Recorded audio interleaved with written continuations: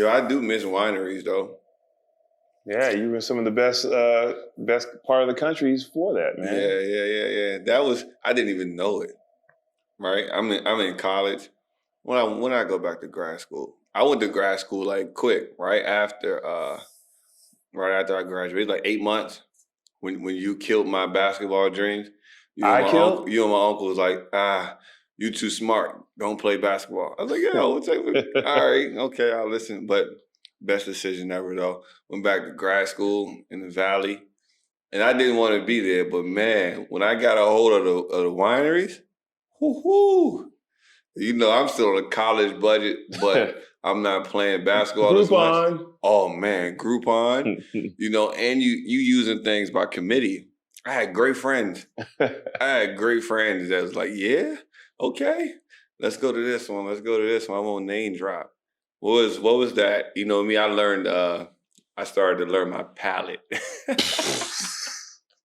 When you start talking like that, you sound like a full blend, you know, little red wines and stuff. You know what it was for me? It was the aha moment when I first had my first cheese platter with the wine. I was like, yo, this ain't just cheddar and mozzarella. Don't forget about the good bread, the good the grapes. Yes. You gotta mix all that, you know. So when you were laughing at me last year, now you know I was putting all that. I enjoy that.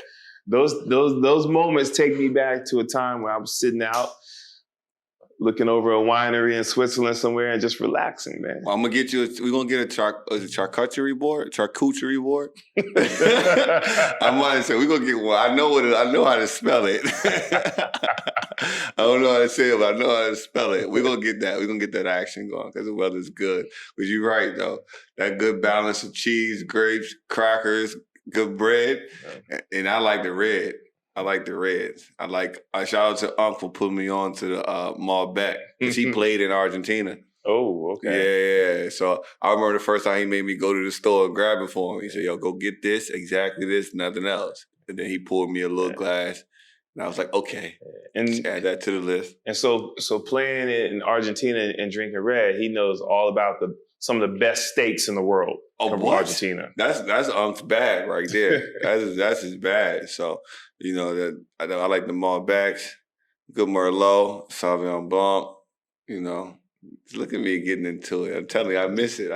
But the cheese was surprising. I was like, because you look at it when you're a young guy from inner city and things, you look like, yo, why are you so happy about some cheese and crackers? Because let me tell you, we went to the store and Coach he was walking around the store, right? And some of these stores are kind of big, you know, like the grocery stores are like standard Walmart size type things. And he said, I'm looking for my cranberries. I'm like, yo, what? I said, what? He said, I'm looking for my dried cranberries. And he's rubbing his fingers together while he's saying it. So I'm like, I don't get it. He started telling the story. You know how somebody get excited about something? So, and when they tell you the story, they can like feel the memory. And he telling me, he like, you get the cheese. And he said, ooh. Yeah, I said, okay. Make it right, man. Yeah, I ain't mad at you though. That ain't bad though. So this episode 10, part of our holiday pack, Bridging the Gap podcast. I'm here with Ethan, our young intern who's finishing up school and all that good stuff. Shout out to him. And then that college grind is one that feels like it's crazy, but once you're done with it, you be like, I'd rather have that. Unless you get that right situation, until you get there, you're like, I miss it. But he's handling like a soldier. I'm here with my OG, you know, JK, aka Jules the Jeweler. You know, my man, Coach Julian King, my OG. I'm Ryan Yates. Here, Bridging the Gap podcast, here in Dubai, beautiful Dubai, UAE. What's up, OG? How you feeling?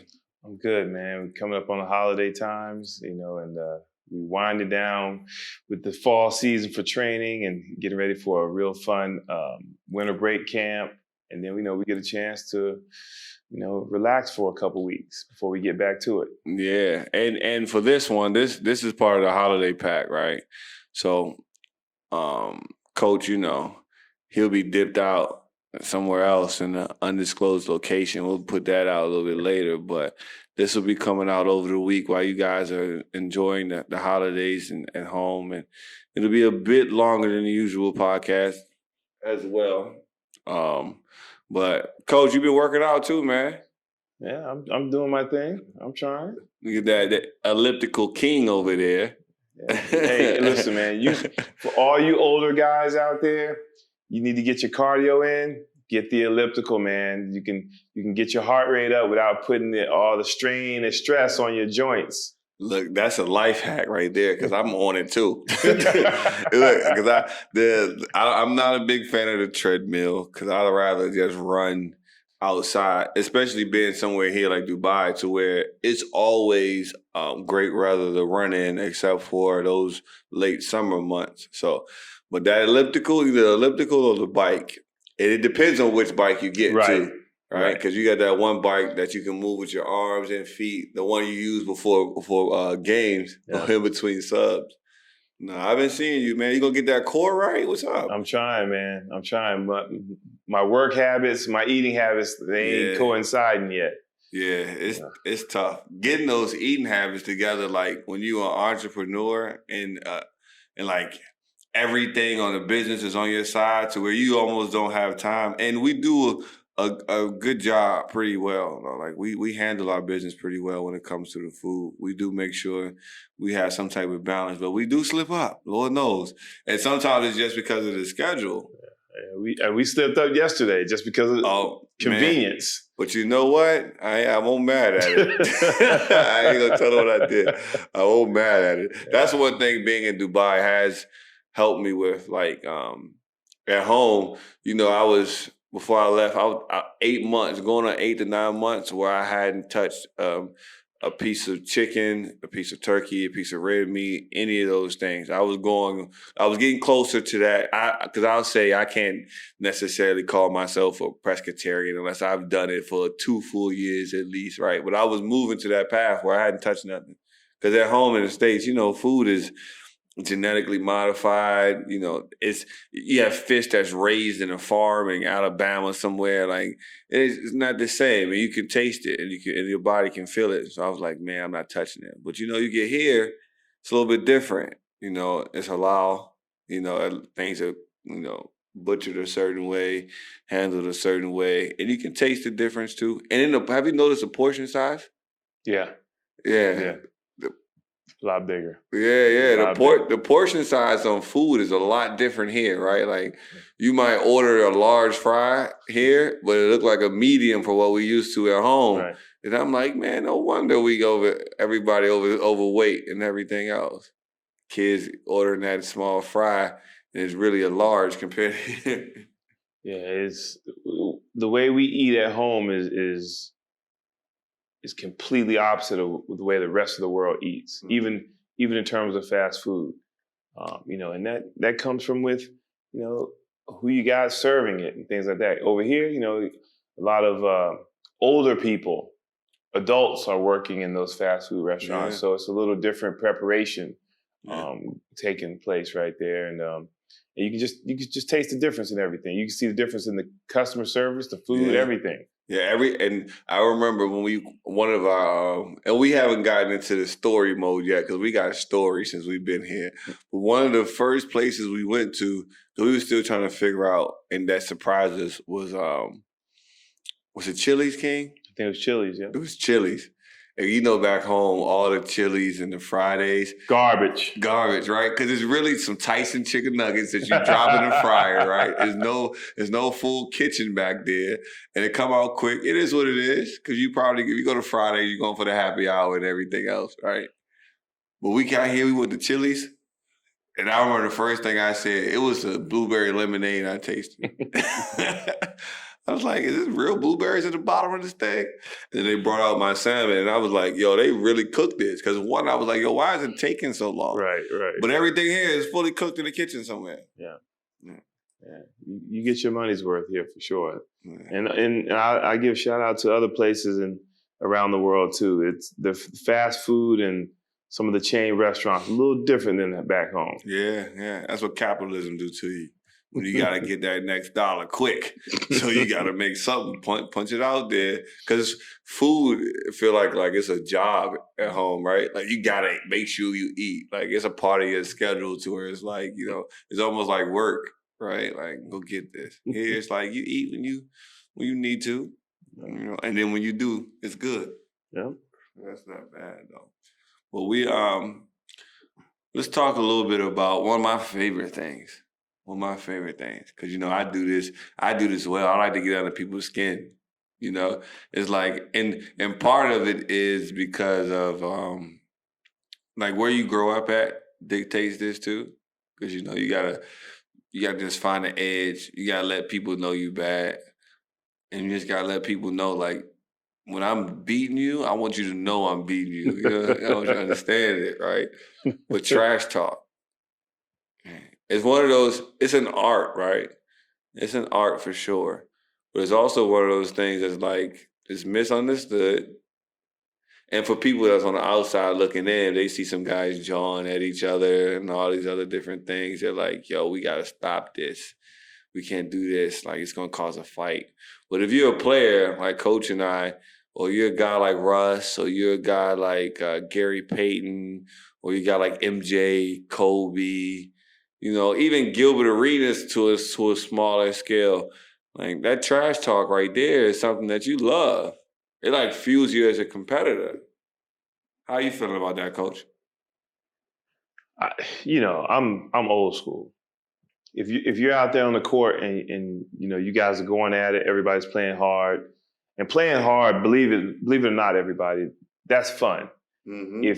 But if you're out there playing hard and ain't nobody trash talking, that ain't real hooping. I'm sorry. That's just the way it is. That means everybody's too nice to each other when they're in between the lines. After the games, everybody's cool and you forget about things. But when you're in between the lines, you should be going at each other, and you got to try to find any way you can to get an advantage. Right. If you can get under somebody's skin, and that can get you an extra 2 or 3 points here and there, force them into a turnover or something, you got to do it. And plus, somebody's talking a little trash to you, and and they may beat you up that day in terms of winning the games, whatever. You know what? That makes you a better player because you're going to come back harder the next time. If you're a real one, right? Some people going to fold because I can smell it. I know when you're not built. I know it, too, because I'm going to run my mouth. My boy hit me the other day.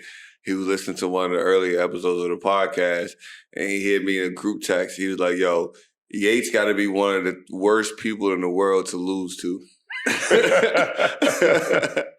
I'm just saying, like it just happened like that. But it's like as a coach, when you walk into a gym, because I've been in gyms to where like a coach may stop guys because they're talking, and it's, when it's 10 guys on the court and everybody feeling good, endorphins are high, and it's testosterone there, like sometimes people can get a little nervous and their masculinity ain't high. They ain't there.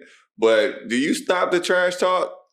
I'm not. It's healthy. Yes. It's healthy. It gets to the point where the physicality gets a little out of hand. Then you want to pull back a little bit. But no, I'm letting it go.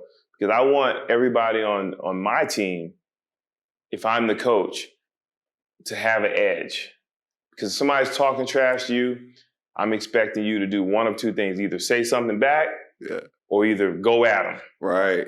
But I prefer you do both of them. Yes, at the same time, right? You got to compete, man. I remember, like, and I'll let you get into this after. I remember when I was where that trash talk was birthed at.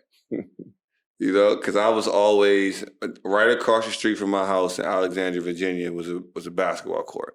Like literally, like I run across the street, jaywalking, of course, never used the crosswalk. Run across there with my basketball. And I remember the first basketball I got was an all-black basketball with MJ face on it. That's what my mom, I was young, ended up losing it and rolling in the street or something. But I would go over there every day and just play, right? But I had to go over there real early on Saturdays because on Saturdays at a certain time, all the old heads are coming there deep. And I was still too young and too small to get on the court. But I'm sitting there watching, and they talking cash trash to each other. I'm talking about, you can't guard me, and holding the ball with the person guarding him. He pointing to his girlfriend on the baseline. Like, he telling everybody, don't bet on him. And I'm just watching. I'm like, yo, like, this is that bravado, that dance. And from then on, I was just like, man, when I get right, I'm doing it. I remember we were like 12 years old, 9, 10, 11, and we playing against each other in 21, and all of us just talking trash to each other. And now that I think about it, I'm like, yo, we were babies. Babies just going after it. And it never stopped from there. What do you think, if you think back to some of your best moments in playing this game, they involve trash talking. Yeah. They're some of your best moments, whether you were on the right side of that, or the bad side of that. Yeah. But these are moments that you remember, and it fuels you to come into the next game or whatever situation you're in, 1-on-1, 2-on-3 or whatever, 2-on-2, 3-on-3, and saying, I don't want to hear that anymore. Word. I need to be that guy that's popping trash. And there's different type of trash talkers too. Yeah. All right, there's ones like a KG who get disrespectful. At times. They get disrespectful at times, you know what I'm saying? Then there's other guys that are like silent with it, that just, whispering to you like, you can't handle this. Right. You know what I'm saying? Like a coach, or it's the guys that can get you with all around. Like MJ. Yeah. MJ getting you all around. What type of trash talker were you though? Ooh, it depends on which part of my career I was in. Right, let's say high school. Let's say high school, because you do evolve as a trash talker, just like you evolve as a hooper. High school, I talked a lot of trash. But I had a lot of bounce. A lot of bounce. So you got bounce, and you have moments where you catching 4 or 5 off the rim a game. You can talk a lot of trash, and then you predict things that are going to happen. Yeah. As I progressed to college, not so much. There were certain guys that were going to be future lottery picks that were far ahead of me in terms of not only just athleticism and strength, but just knowledge of the game. And I after my first pickup game at Temple, I learned that let me shut up and let me just put some work in, because I think I started off our very first pickup game. I hit like 3 or 4 threes every time he touched my hand. I let it go, bang, bang, bang, bang, bang. And then I'll never forget, Eddie Jones was like, you won't score another basket today. And I'm walking down the court, I said, you must be crazy. You ain't looking at my resume. Shit. 3 or 4 games later, I hadn't scored another basket. So, I kind of, calmed it down a little bit until I started to get myself together. And I made sure I was strategic in terms of who I talked to. You know what I'm saying? You didn't wake up the dragon, so to speak. So, it just depends where you were at that point in time, you was playing. That's funny, too, because I was just watching, my little bro sent me something on Instagram talking about, it was a clip of Kobe. I always find a way to bring it up. But Kobe was talking about how his first time playing against MJ, one of his teammates was like, yo, let me give you a tip. He said, don't look him in his eyes. and Kobe was like, what? He said, Kobe told his guy, he said, I don't think you understand that I'm that same beast, right? But I let you know that some people do pick and choose who they talk to, right? For sure. Because that could be fuel for the fire. We talk about MJ, and I know there's a debate on who's the best. We'll get into that a little bit later, but I can legitimately say the guys that I knew that played with him and against him, and just me watching him and idolizing him, there were other all-stars that feared him. Yeah. Right?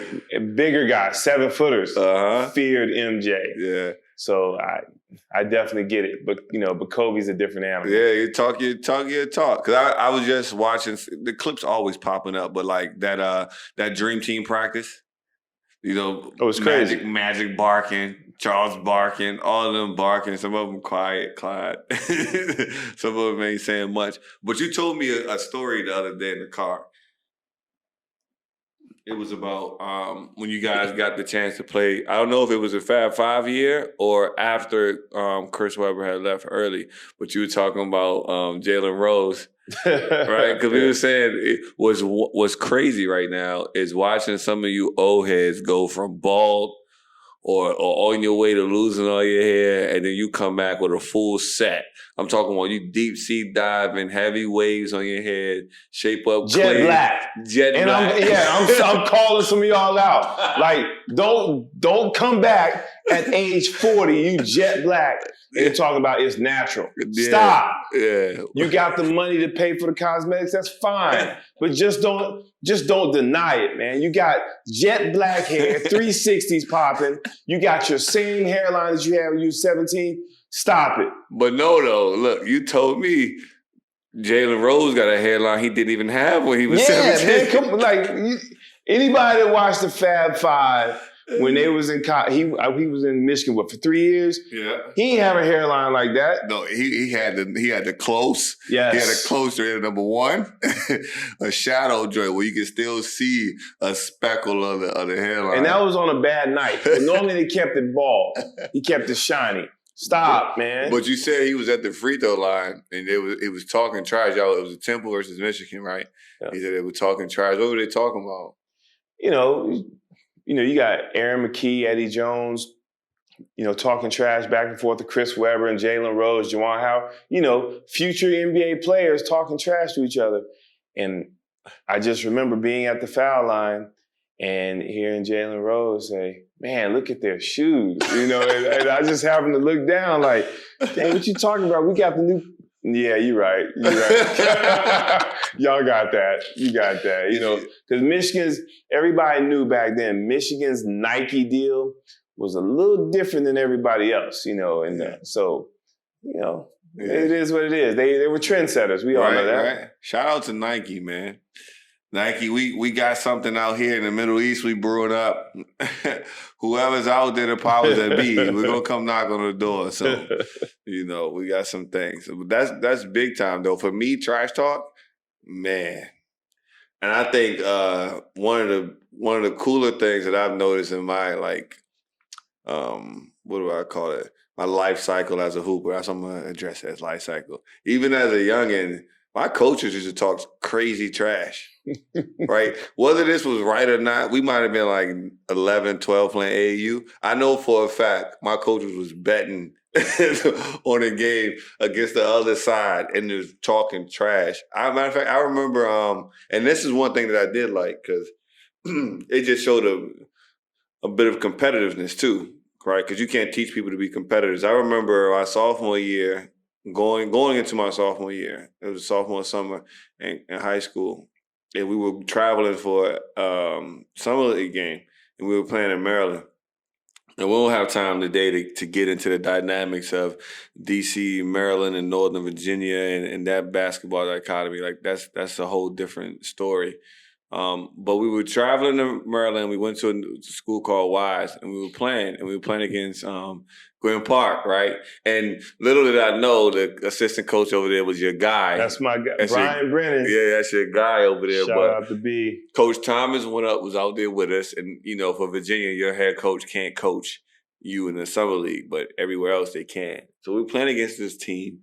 And, they talking cash, talking trash. I'm talking about going crazy. B just say what's on his mind because he don't care. We ended up beating them, right? But after the game, Coach Thomas and B going at it. And Coach Thomas was like, we smacked y'all right here. You come back across the bridge, we'll smack you again. It don't matter. And I'm sitting there looking to the side like, yeah, I like that. That's good love. When your coach can get into it, you ever have moments like that with Chaney? Yeah, several. Several. Special. One of the all-time moments that he had was him and Calipari. If you haven't seen that, you're not a true fan of basketball. You know what's funny, King? I think I saw you in there. I was. Because they had that 30 for 30 with Calipari. Yes. And I remember watching it. And I was like, yo, is that King in the corner? Yes. Talk about that. You talk about a coach getting into it. Coach wasn't a guy that was just you can say something to him and he just brush it off. He took everything personally because he put so much into the game, so much into his kids. And that, whenever he felt as though he was being wronged, he's going to speak up. That's just him, but that's the old school coaches, the old school black coaches back then. Mm-hmm. John Thompson, what's my guy at Arkansas? Nolan Richardson. Those guys stood up for a lot of injustices and things like that in terms of, what was going on in society. And so Coach, he put a lot into the game and he just expected the same type of energy coming back towards him. And, it was a night. I'm sure that we got smacked, but it was, some questionable calls here and there. And Calipari was young and up and coming then and very arrogant, because you can see that now, and rightfully so, because they had a good mob. And he said a couple of things that rubbed Coach the wrong way in the post game. Right. And Coach approached him. Approached him Coach is a little guy, a little point guard from back in the day, but he's feisty. You know what I'm saying? Yes, so when he went at him, if I'm not mistaken, Al Schreier was our basketball guy back then, and he came into the locker room and said, "Yo, Coach has gone ham. Right? we need some restraints in here." And so cats ran out there and was trying to grab Coach, and thank God we got to him beforehand, because he would have put his hands on that man. And they're good friends to this day. But in the heat of the moment, you know how it goes. It's different. Yeah, that's on the battle side. Man, I love talking trash. And the one thing about talking trash, and we talk about those type of trash talkers, you got ones that talking trash will add another fire to their game. It's like they're even more engaged to another space. Then you got the ones who just talk and they oblivious. They don't really understand that they suck. Right. They just talking and they be like, "Yo, do you understand that you said these things and they did nothing?" They might go 0 for 10. They make one move and one good pass, and now they one of those front runners talking trash. It can go one of two ways, though. That same person could be that person that is doing whatever they can to stay relevant. Because I might be losing on this battle, but I'm doing something here to be in the spotlight. The second part could be somebody that's super confident in themselves. See, look, that first part is something I'm unfamiliar with. If you torture me, let me get a couple stops first. let me get my act together, because I've had, and I do like those people that talk trash whether they're up or down. Like Dame is that way, right? Dame is like, I got the same face the whole time, but you're gonna get this, right? I remember a couple times and I still do it to this day, but I remember some times where in high school was, even in college too, it would be some people that I was cool with. I know that they were friends, right? Shout out to Max Lennox.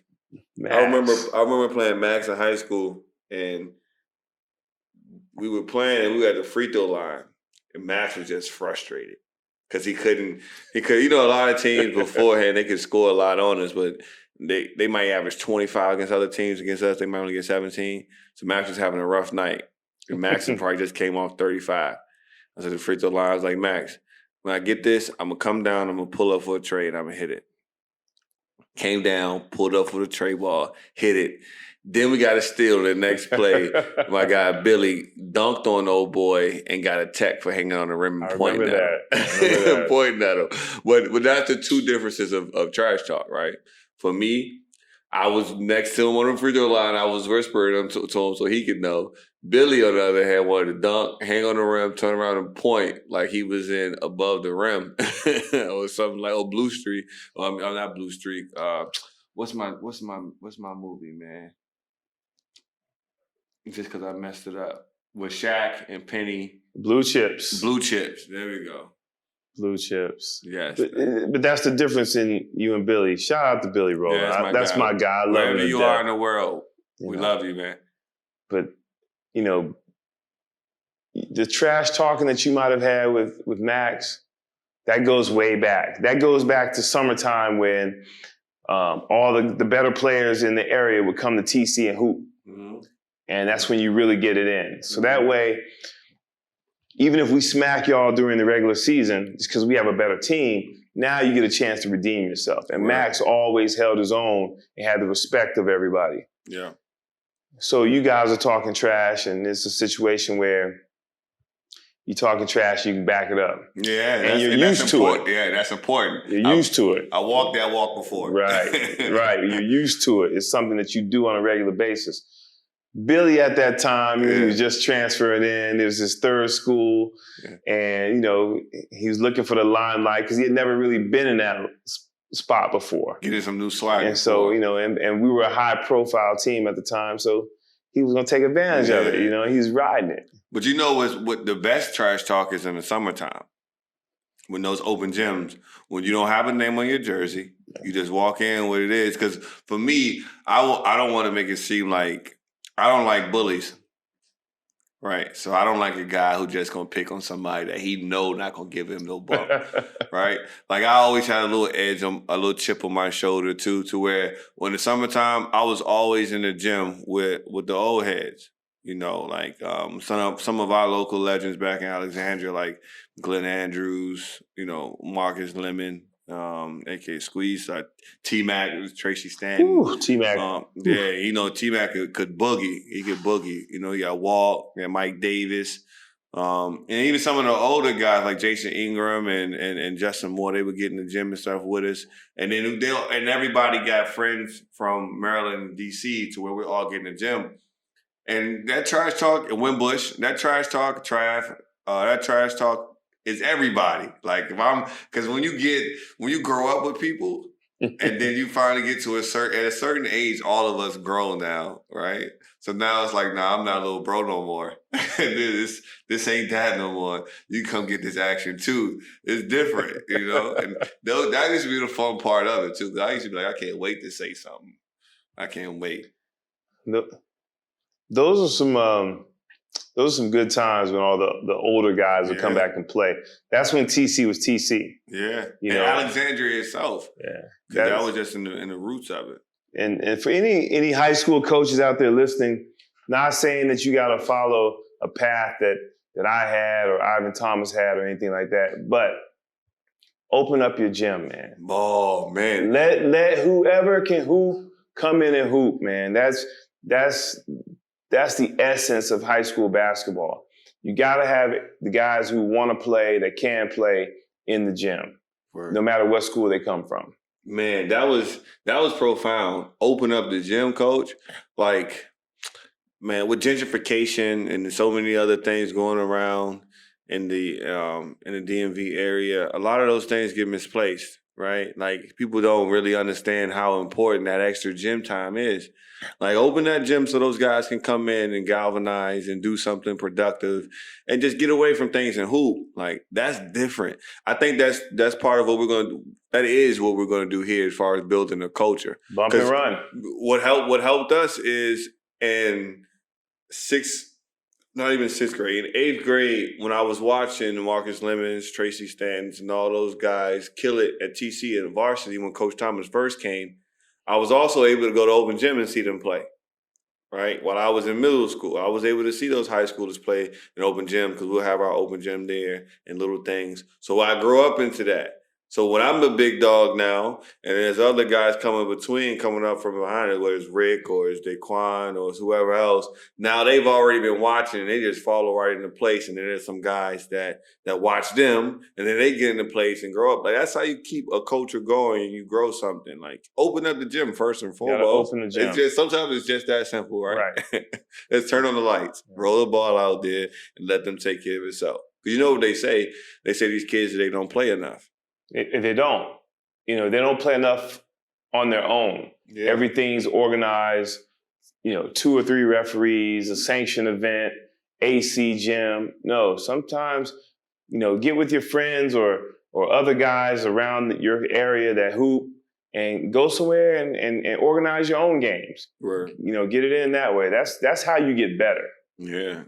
And having that, man, a coach opening a gym. Because I think one of the coaches that does do that back home, at least the last time I heard, is Los from Hayfield. Mm-hmm. Like, he opens up, of course, Bentley at Wakefield. Bentley what's crazy was when I went back home, Bentley was one of the coaches that let me get in the gym and work out at Wakefield, at the new one. Right. I was in there playing open gym with his alumni and his guys, because of course he knows I get my guys better because I can't be in the gym with them much, but I get them better with having the George Johnsons, all them other guys in the gym with them early, because they going. It's kind of like, and probably in colleges we see this even more, to where like your seniors have a different level of leadership because they've been in the program so long. So when they graduate and then they come back and they're like another coach to an extent, to where they're like, look, coach not going for this. And, you know, having as many voices around championing the same thing that you were saying just leads to more progression. And for the guys who may be on the fence in terms of getting into the rotation or whatnot, these older guys can help you navigate that and, you know, further your progression, you know. And so it's always important to let your older guys come back and play. Let your younger guys, even if they are a little younger for your team, let them come in and get a little bump too. If you remember back in the day, we'd have 3 courts going. Mm-hmm. 8th grade, freshman guys over here, middle court, JV guys, other court in the middle, the main court, you guys, the older guys in the varsity. You know, and that's what you do. You got to open the gym, let them rock. We used to be in there Saturday mornings, starting at like 9 a.m. We'd be in there till like 3, 4 in the evening. Full work day. You know what's funny is we're doing that now. All right, you think about, you know, the 2 young guys we have that come from Jumeirah. They're like 12. They'll hit me with a basketball saying, "Coach, I turned 13 in 4 months." Right?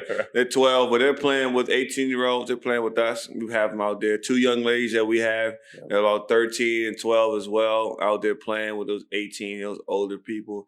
And one of the bigger things too is that people don't realize that a lot of basketball is confidence. Of course, you got to have the skills and all those things, but you can work on those things all the time and not be confident enough to actually put them to work, right? So when you throw a 13-year-old out there in the middle of a game with a bunch of 18-year-olds, 19-year-olds, and they hold their own, man, that does wonders for what they think the rest of their life, to where it's like, okay, everybody's just another person, right? I just got to believe in myself going forward. And all that, mixing up the ages and things, helps with that. You don't get better if you don't play against better people. Absolutely. That's bottom line. Absolutely. You need that anchor. Speaking of better people, it's a conversation. And this is one of those conversations that, like, we don't want to like create like no buzzword title trying to get some traction or something, but we're going to come with this conversation with some real insight, you know what I'm saying, some things to truly think about in terms of this, but because everybody talks about it, like who's the greatest basketball player of all time, right? Who's the GOAT? And everybody, for the most part, is a consensus that it's MJ. You know, there are a few people that have conflicting opinions. But Coach, now you and I had an interesting conversation. And, you know, we think basketball on a different level, but that's the whole point of us being here, right? Talk about it. But, you know, for me, I always argue and fight for Kobe, right? That's just the way it is, a little bit biased. But I can be unbiased, and I do understand the greatness of MJ. But if we really think about being the greatest basketball player of all time, right? Are there some other people who have stronger arguments?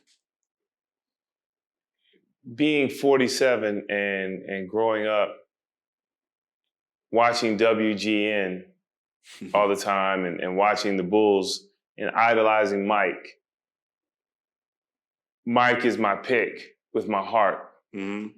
But as I've gotten older and I've you know, been able to look at certain things from a different perspective, I'm not upset when my old heads might mention Kareem Abdul-Jabbar or Wilt Chamberlain, and even Bill Russell. Because when you start talking about the best players of all time or the best player of all time, there's so many different lanes we can go down And what we tend to do now is we go at the most popular thing. Yes. And MJ is the most popular person right now, and he's a living legend. These other guys, they played in a time where not everything was recorded. Not everything was videotaped. And so we don't have definitive footage of them, of their every moment, of every highlight. We don't have a Netflix documentary. Correct. But we have enough of hearsay from the other greats that are still relevant, whether it be in office management or coaching teams or whatever, and talk about these guys. And if you were to mention to me Jordan, Kareem, or Will Chamberlain, I'm not mad at you, because they were all three dominant in their own right. And depending on how you want to look at it, they all could be the GOAT. But we talked, right? Because I want you to really get into this, because this is a perspective that I hadn't really put into play. Because I'm going to tell you the truth, honest truth, right? And I may not speak for all of my generation, but I speak for enough of us. We don't believe anything about Wilt. Wilt is a myth. Wilt is a legend. Y'all can say whatever y'all want to say about Wilt. Wilt it doesn't make sense, because from what we've been told about Wilt, nobody has come even anywhere near his dominance, his legend on the court, off the court. Nobody has come anywhere close to that. Anyway, first of all, is it real?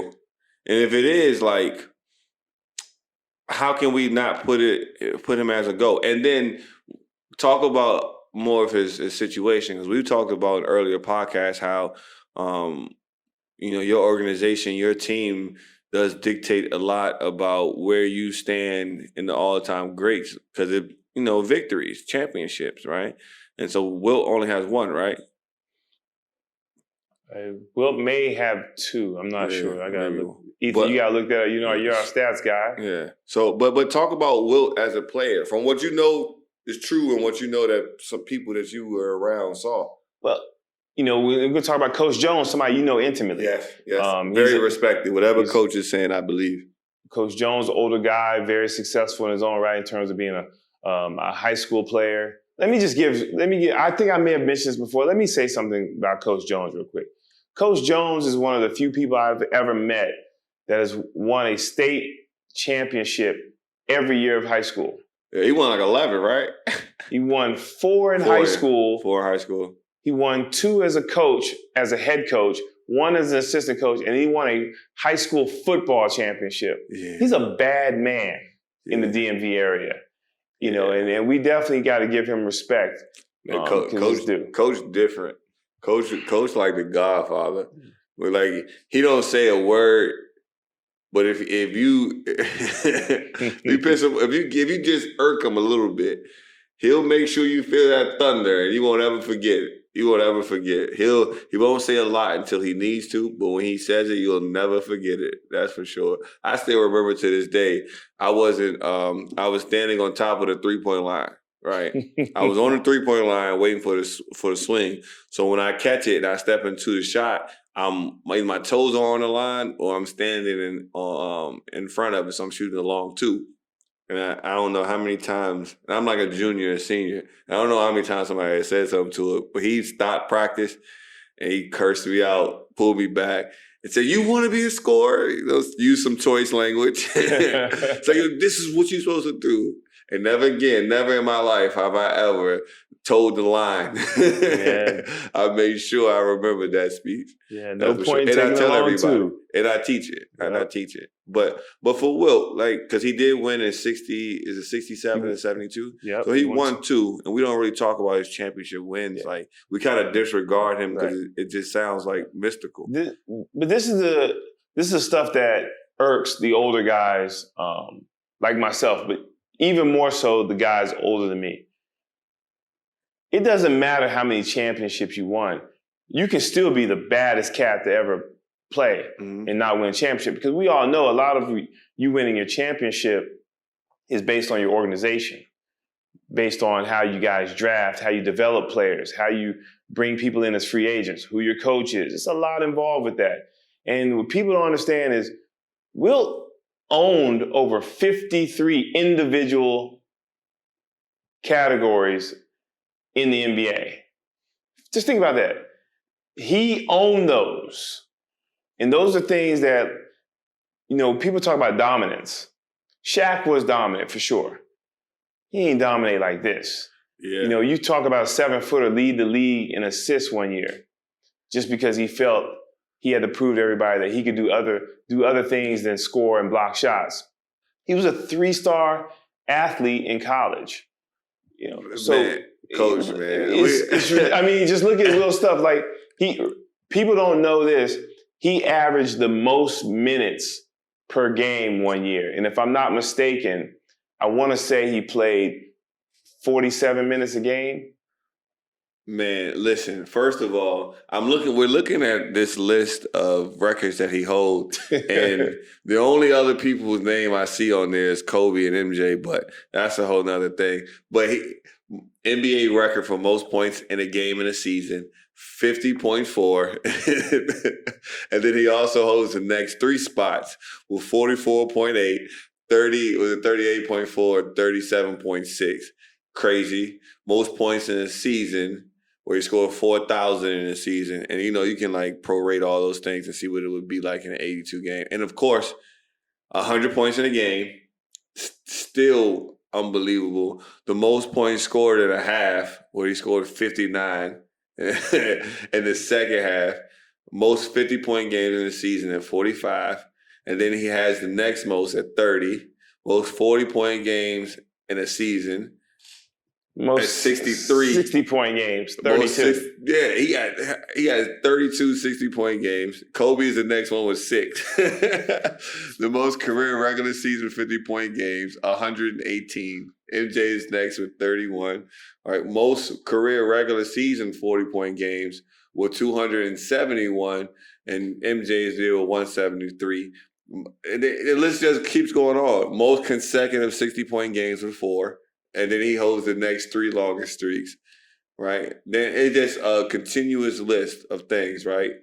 You can't be a rookie and average 37.6.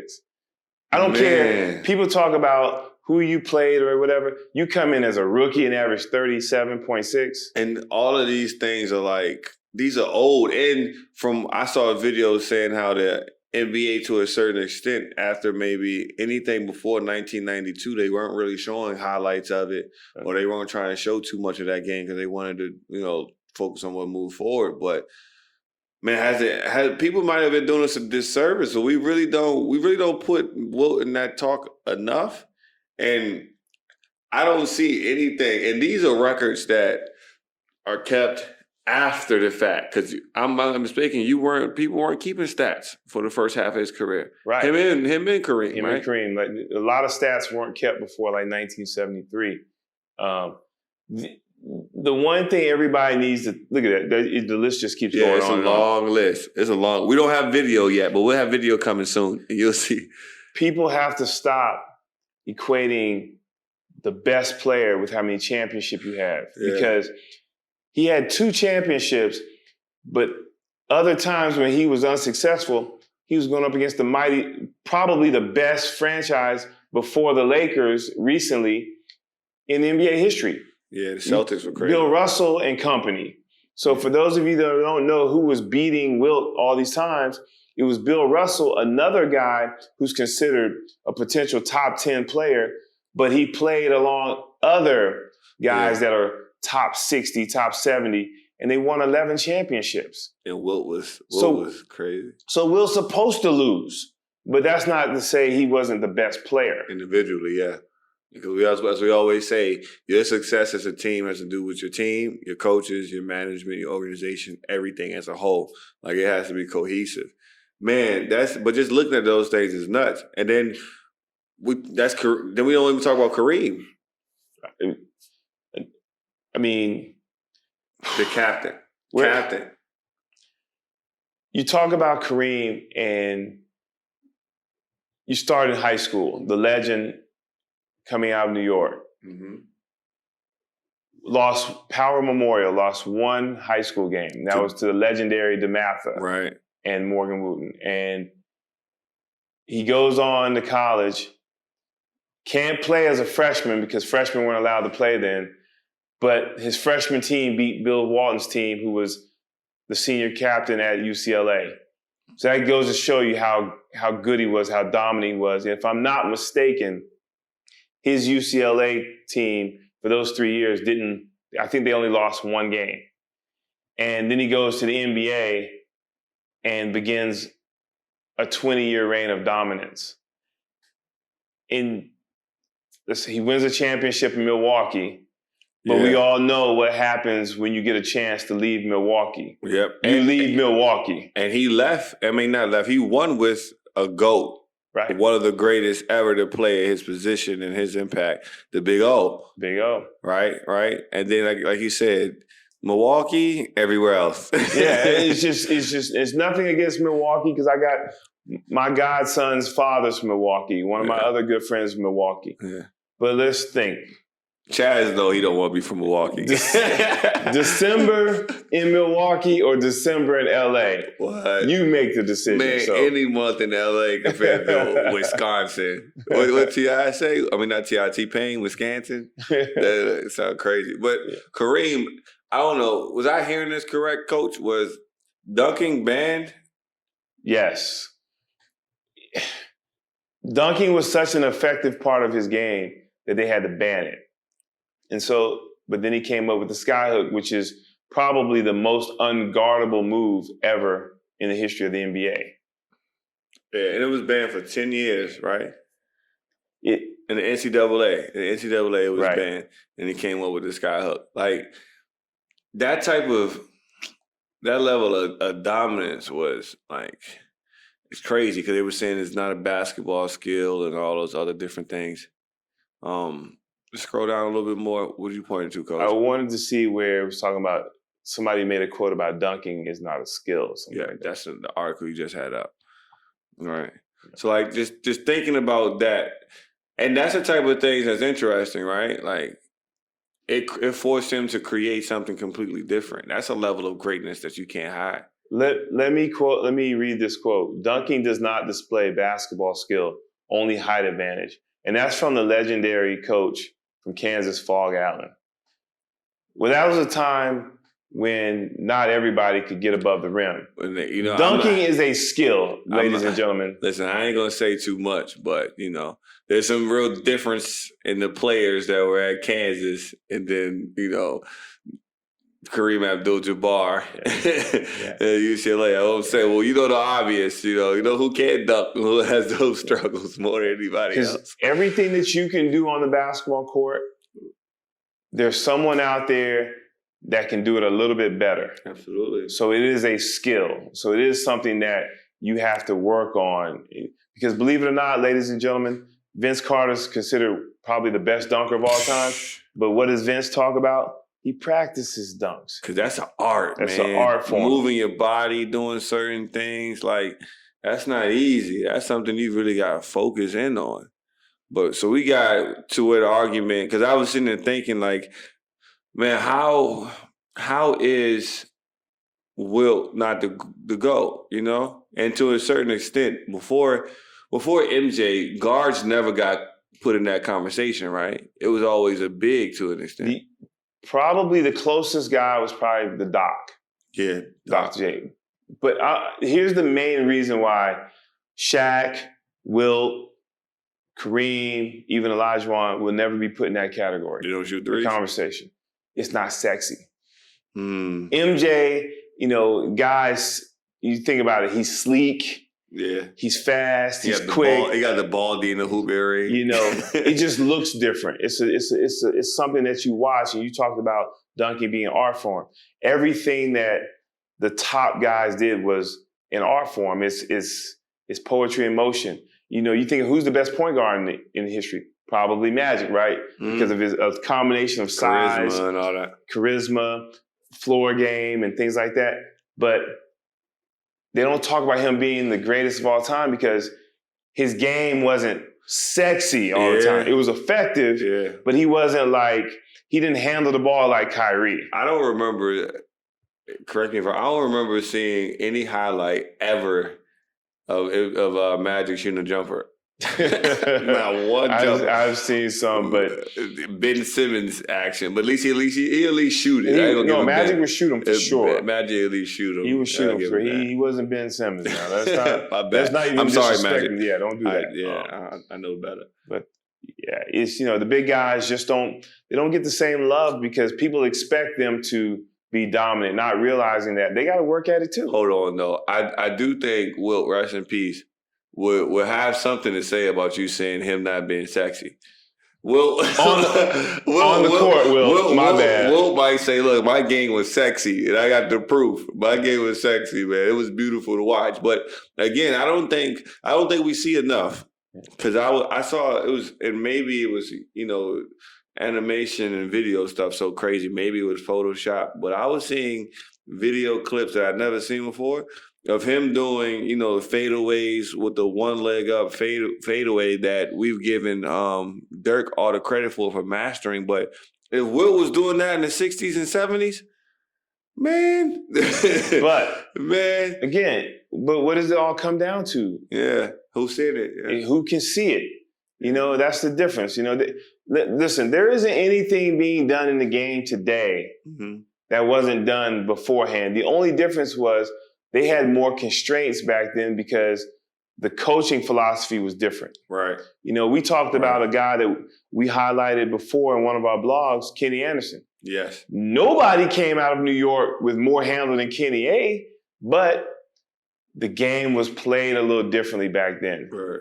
He went to Georgia Tech, played with Lethal Weapon 3, and Bobby Crimmins understood that you gotta let Kenny be Kenny sometimes. Yeah.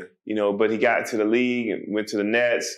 They wouldn't let him loose. That wrong organization. Wrong organization. Yeah. But that's another thing. So when you talk about it, like, if you got to give your honest opinion, and, nobody ever has a right answer for this because it's subjective. It's just who you think in particular. But is MJ really the greatest to ever play basketball? When you talk about what Kareem did and you talk about what Wilt did, and you can throw Bill Russell in there because of the championship, that level of dominance. But like you said earlier, it's just about individual players because he had a great team, great organization. But when you look at Kareem and you look at Wilt, some of those things will never be. That's individual things. Like nobody can recreate the sky hook and score the most points in NBA history and still have it be standing. The reason why I've always put MJ ahead of everybody is a little bit of bias because I watched him fail and work hard to succeed. And what I mean by that is he came into the Chicago Bulls, a terrible organization at the time. Shout out to George Gervin, Iceman. He did one of his last years there when Jordan was a rookie. That's a trivia right there. If you can find a Iceman Bulls jersey, I got $100 for you. And I watched MJ go through those failures. And I watched him come back every year and add something to his game. And it almost got to the point where there wasn't a weakness whatsoever in his game. And to change the game where it wasn't a big man dominating the game was appealing to everybody. And it was appealing to me because we had never seen a guard dominate the league like that, offensively and defensively, even though the big O had come before him. MJ was a player, if I'm not mistaken, I can't remember which year it was, MVP and Defensive Player of the Year. Yeah.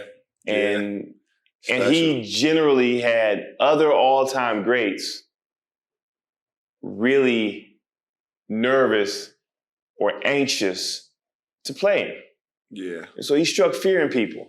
But isn't it safe to assume that Kareem and Wilt did the same thing? Well, even though you didn't see it, like you said, Wilt had the battle against the Celtics. Right. Just to get those two out of that 11 run that they had, he had to battle to get those two, right? Like, think about how tough that was. Like, is it safe to assume that he did the same thing? And then Kareem won one in Milwaukee. Right. Milwaukee, as an organization, has died since he left, right? Like he left and it ain't been the same since. And they're in that same space now to where if the Greek leaves, it's gonna be another 35, 40 years before they're anything. Like those guys, that same thing. Shout out to Ray Allen, Big Dog, and Sam Cassell. They had a little peak. Sidney Moncrief and those guys, they had some runs. It was cute. It was cute. But you was there, I was still fighting for some things. Right.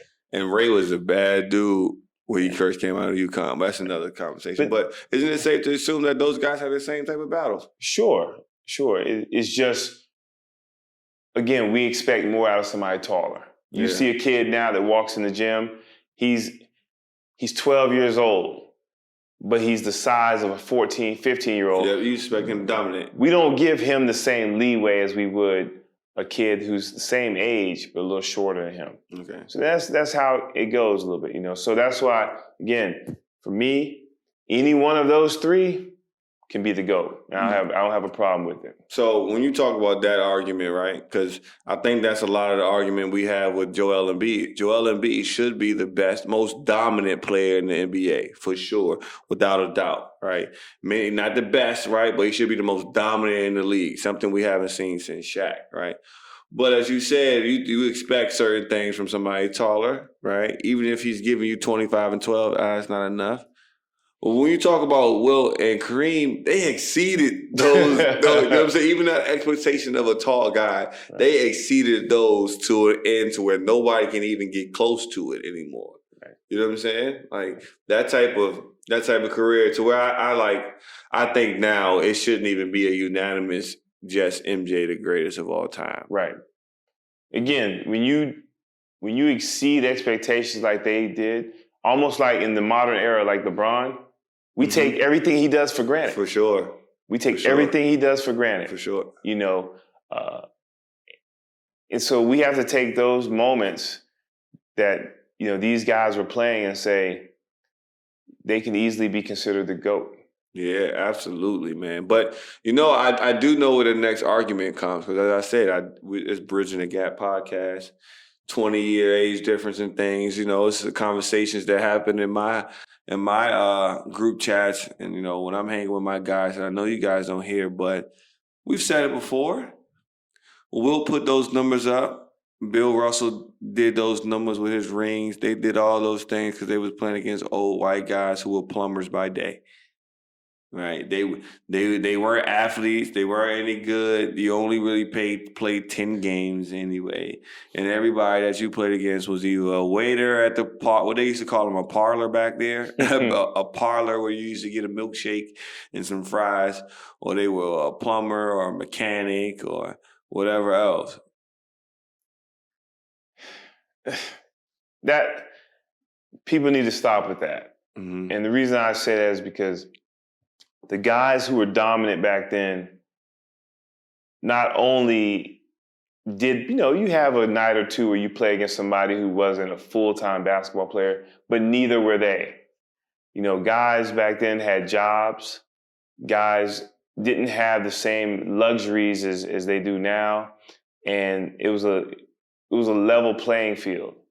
So depending on if you had a rough day at work, you might have a rough day on the court.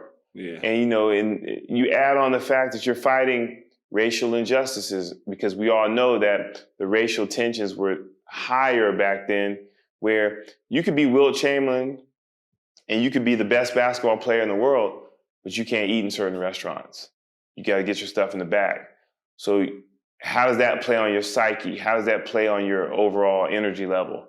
And so for these guys to come out, work jobs, deal with the social injustice and the lack of pay considering what they brought to the game, what they did was incredible. Yeah. There's guys today who are all-stars that might fold under that pressure. You said something to me before about how if, say I'm Wilt and I'm coming to Boston to play the Celtics, but that night before the game, I'm at Bill Russell's house eating dinner. Right, because you couldn't eat in the hotel restaurant with your team. Right. So the African-American players had to host the visiting team's African-American players for dinner. Yeah. And so you guys might, for 48 minutes, you're trying to kill each other, but beforehand, you guys are breaking bread together. Yeah. So that's tough. That's tough. And like we said, you can't separate business from personal life. Like those things always trickle in and, you know, they become part of the thing. So that's also an interesting fact. And then when I do think about it, when we sit and we talk about people having jobs and playing basketball at the same time, you know, we kind of disregard that hustle of some people back home who play in semi-pros, who trying to fight for a job to go overseas to where they're playing in a little, you know, ABA league or some startup league, to where they're working a 9 to 5, they're working some type of job to get them by during the day, but they still come play at a high level. Right. So I know one of my best friends, before he got his opportunity to go play overseas for a couple of years, he worked. He worked during the day or he worked at night. And when he wasn't working, he was playing in ABA league.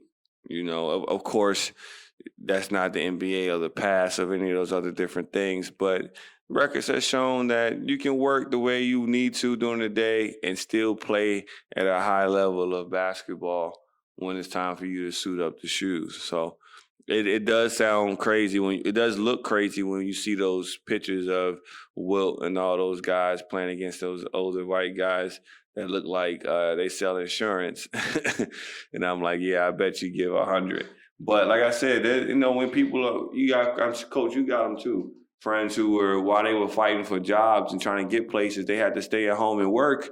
And then at night they play in that ABA game, right, or whatever it was. Yeah, I've had to do that before. You know, a couple of years, whatever, when you're in between jobs, and it's difficult. You know, when people talk about the grind, that's a grind. Yeah. You know, we give too much leeway for guys nowadays who make $6-7 million a year. And even though you're not in the starting rotation, you're still a professional basketball player, and the amenities that you have to keep your game tight and everything, you know, there's no excuse nowadays. Word. No excuse.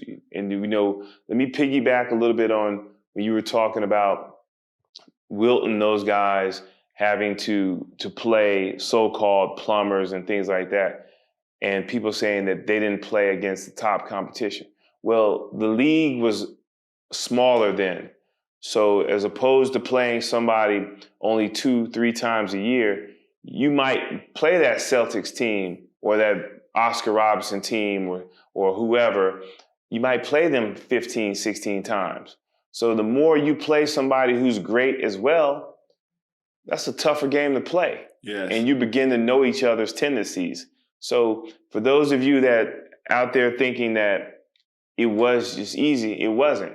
They just happened to be ahead of their time. Yeah, and when you think about it, like in college or high school or whatever, when you have to play a team 4 times, it's tough, right? You play them 2 times because of the conference stuff, and you might got to play them 2 times on the way to something else. And those 3rd and 4th times, whatever coach is drawing up as far as the game plan, don't really matter no more because you guys are familiar with each other, and coach is just telling them it's how bad you want it. Now, if I'm playing we play against Will 15 times, and you know what Will's going to do 15 times because you played him 15 times, and he still gives you 50, you know what I'm saying? That's just different. And to an extent, right, if it's only 15 teams, it's a smaller pool of players. Right. So those who are getting picked outside of, you know, the racial differences and things like that, it's the cream of the crop. And let's not forget, no 3-pointers. Word. That's different. Yeah. That's big time different. And if you've ever, I think I scored like 36 one time in college or something else. And I've had a couple of games where I teased the line between like 29, 30 something like that. But those games, to do that daily on a nightly basis, like for you to average 50 points in a season. To go along with 25 rebounds. 25 rebounds. Like, that's an average. That's like on your worst night. On your worst night, you're going to do that. And shooting a high percentage. Yeah. Like, those type of things, that's part of the reason why I don't believe any of it. That 100-point picture that they put up, like, I don't believe that. Man, there's no way. The biggest myth in the world. Like, I feel like people should be paying more attention to that. Like, I need the NBA, I need ESPN, I need somebody to do something, to do more research. Will deserves more. We deserve more, because I got questions that need answers. Because I'm like, man, like, sometimes just waking up and scoring that 20 points, 25 points, 30 points or whatever, that can be taxing on the body. And that's in 2020 or whatever, where you don't, in 1950 or whatever he was doing it, you don't have the extra physical therapist stuff, and they still telling you for a headache, you bang your head with a hammer. This is something that people don't even think of right now. Think of traveling from one city to the next in the dead of winter, and there is no first class. You're on a train, you're on a bus, something like that, and there's no spacious travel buses like there are now. You're just on a regular bus. Man. Eating whatever. Eating whatever. Yeah, y'all still drinking milk with your dinner. It's just. Well, those guys probably had a little something in that milk. Yeah. That's crazy to think about. Yeah, and it's not so easy to score 30 as some people may think, because no matter who your opponent is, just think the team is geared to stop you. Right. So if somebody's constantly pulling on you, grabbing on you, and just giving up fouls to slow you down, night in, night out, that wears you down. And when you think about it, like, if you've really been in the gym, in an open gym, and somebody that walked in the gym that you think may be a plumber, or that you think may be a mechanic or something else and not really a hooper, when they play, they foul you. They hacking you. You're going to feel it that next day, right? So if you got to play against that your whole career, and they still got a little game, man, that's interesting, though. But like I said, that's some stuff that I feel like we need some answers to, man. I don't know. Bron and the Players Tribune and then Katie got his own little media thing now. Like, one of y'all go dig up the dirt. Yeah. Somebody go figure it out, because Wilt is crazy. It just doesn't make any sense. He put up the most numbers I've ever heard on and off the court. But just there's so many other myths for him, being how strong he was with the bench press, being a volleyball player, track star. I mean, yeah. So it's a lot. From Philly, right? Yep. Philadelphia. Philadelphia. That's tough. Yeah. Home with Teddy Pendergrass, Dr. J. Yeah, we're gonna get into the music segment too soon enough, because I think that's something people need to hear. Coach's terrible music taste. That's the argument we always have. Anybody's my age, they'll holler in and say, "Yeah, I feel you, Coach." Yeah. Hey, those phone calls, man. You're not Donnie Simpson. Ethan, work on that, man. We got to do something for the old guys, all right? Yeah, we can't trust Ethan. Yeah, you're right, Coach. Not yet. He's still on probation, man. We got some time. But he's been getting dope with the animation stuff, though. He had a little one eye flickering on one of our things. Let's see how we go. I will admit that couple of my old heads, it kind of made them nervous. I know. They're like, what's going on? The feds watching us. Yeah, that's our second eye right there. We got a third eye we get into. But, it's the first of our holiday pack. We got another one coming for you guys. First of all, let's say thank you. We're not doing a whole lot of like marketing, advertising, anything at the moment. We just got a lot that we want to get off our chest. This has kind of been therapeutic. But we do see the value in this, and we do see how far it can go, and it will go. So as we go forward, we got a lot of dope things that will be coming in for 2021. But this is episode 10, Holiday Pack 1. Thank you guys for listening and all that good stuff. Before we wrap up, OG, what you got for us? This is one of your. This is the second to last statement you get to make before 2021. For 2021, just whatever your grind is, whatever it's a part-time job, whether it's college, it's working on your relationship, working on your friendship, whatever it is. If it's something you truly care about, put 110% into it. Don't say that you love something, but not work hard for it. And that is something that Coach King, Jules the Jeweler, he has been saying to me since I was 14, 15. He told it to my brother when I graduated high school, and then my brother was playing for him, and I'm sure he told it to people coming before him. And it's the same thing that he tells me every day as we wake up and work on building this business together. So that's something that I hear often and I never forget. So everybody out there, take heed to those that are listening. For me, I think, and this is always an interesting place when we get to these wrap-ups. It's like some Socrates, like Rumi, like, some profound stuff that's going to come to it. But I'll say, it's creeping up on a new year, a new time, an undefined future, so to speak, right?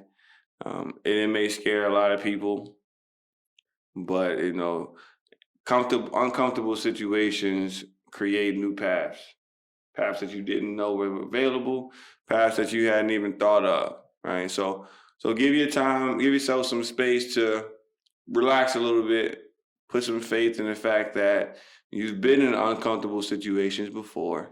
Some of you have been in places with less to work with, right? With less knowledge, where there's less knowledge, less money, less support, there's less anything.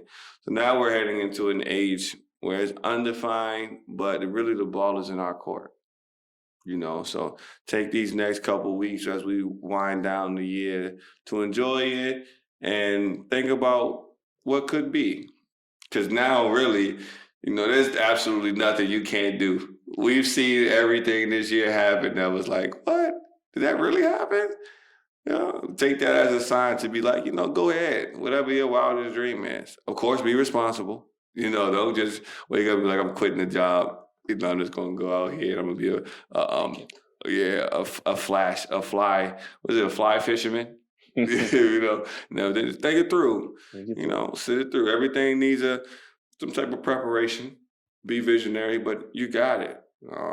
Thank you guys for tuning in. It's all love here. Keep going as we bridge the gap. You guys keep following.